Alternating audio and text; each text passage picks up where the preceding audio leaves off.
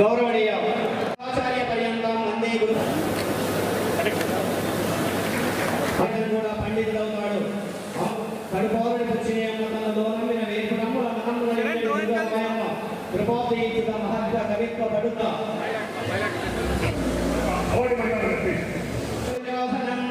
విద్యావంతం యశస్వ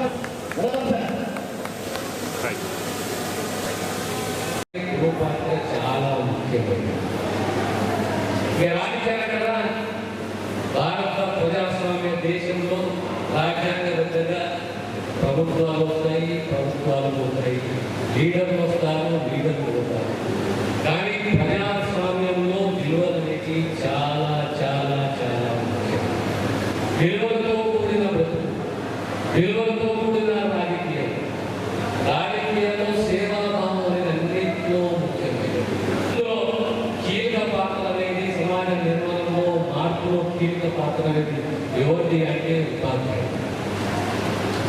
ప్రభుత్వాలు పార్టీలు వాగ్దానాలు చేస్తాయి, వాగ్దానాలు చేసినప్పుడు వాగ్దానాలు నిలబెట్టుకునే సత్తా కూడా ఆ పార్టీకి ఉండాలి, చరిత్ర ఆ పార్టీకి ఉండాలి, దార్శనికత్వం అనేది ఆ పార్టీకి.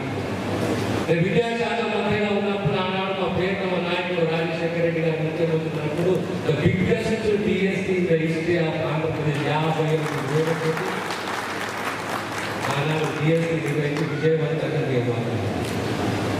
తెలంగాణ పోరాటం అదే మన ప్రాంతం రాష్ట్రంగా కావాలి, మన ప్రభుత్వాన్ని మనమే ఎన్నుకోవాలి, మన స్వేచ్ఛతోటి మనం బ్రతకాలి అని ఒక తపనలో రావాలి. కానీ 9.5 సంవత్సరాల కాలంలో నిషేధ అనుభవాలు మనం చూసాం.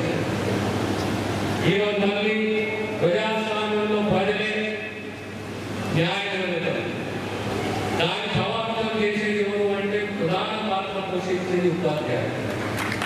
ఓ ప్రభుత్వం మారాలన్నా, నాయకత్వం మారాలన్నా, మంచి కావాలన్నా దానిలో కీలక పాత్ర పోషించేది ఉపాధ్యాయులు.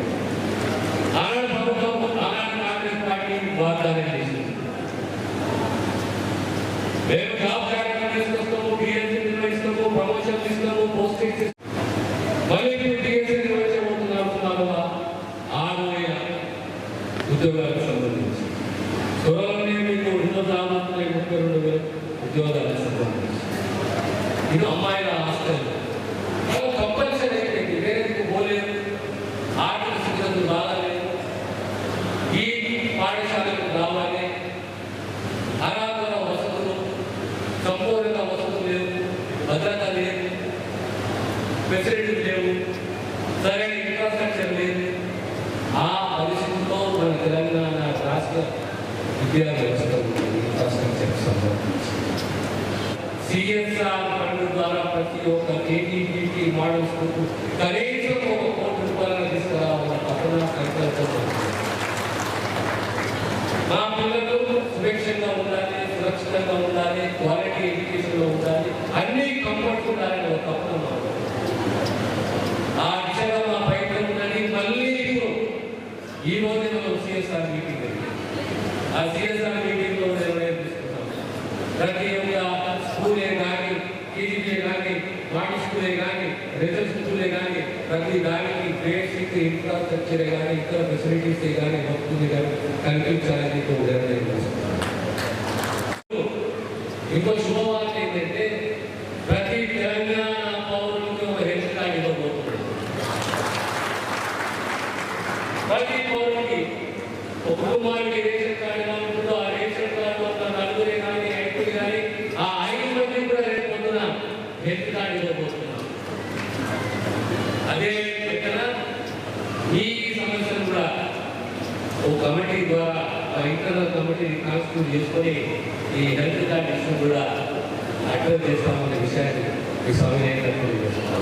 Hi everybody, this is Kiriti Damaraju. Like, share and subscribe to Saira TV. Oh, Saira!